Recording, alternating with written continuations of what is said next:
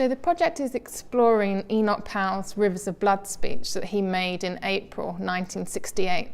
The speech received national attention as an anti-immigrant speech that really shone a light on Enoch Powell's constituency of Wolverhampton South West.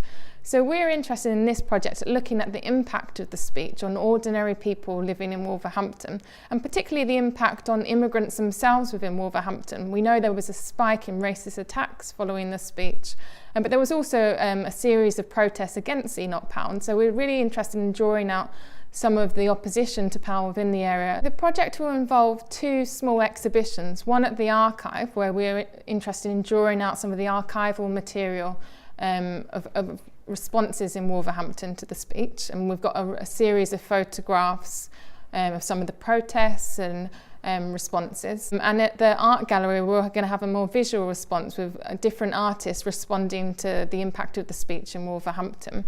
And alongside that, we're training up 2 volunteers to take a lead in oral history, undertaking interviews with some of the ethnic minority people in Wolverhampton of their memories of the speech and the impact. So as an artist, I'll be responding to what that speech and the impact the speech had amongst the migrant community in the first generation, a lot of them that came over the 1960s. So I certainly remember my dad talking about how he felt.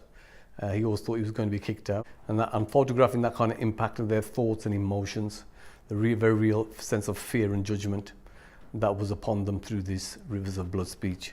So we're really lucky to have received a grant from the Heritage Lottery Fund, which will mean that we're able to organise those exhibitions and to fund the volunteers to kind of take a lead in some of that oral history project. And also we're organising a conference on the 21st of April, so that will be 50 years since Enoch Powell's speech.